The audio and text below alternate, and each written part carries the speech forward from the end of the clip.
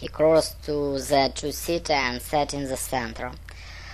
Straightening his orange and black Princeton tie down the center of his Brooks Brothers shirt. The shirt had been a present from his mother, the tie a gift from the Alumni Association. His jacket was on a loan from his senior roommate.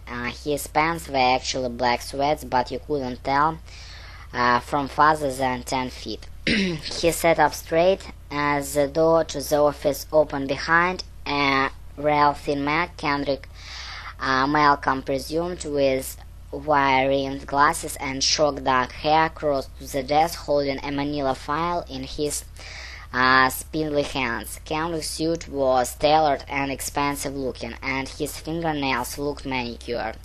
His neck jutted a little too far out of his collar, and his Adam apple was enormous.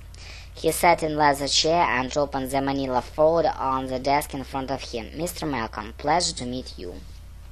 Malcolm stood to shake his hand, but Kendrick didn't look up from the pages. Malcolm saw his rooms on the top of a stack of others. Lowering himself back onto the couch, he watched Kendrick's eyes as he scanned the page.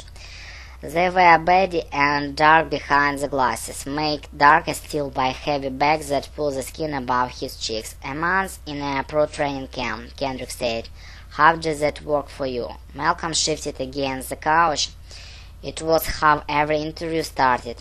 The one thing on his resume that made him different, probably the thing that he was getting him past the first cut. "I met some great people and learned a lot about myself," he answered, trying to make it sound believable. It was a stock answer, and he was pretty sure Kendrick would see right through it.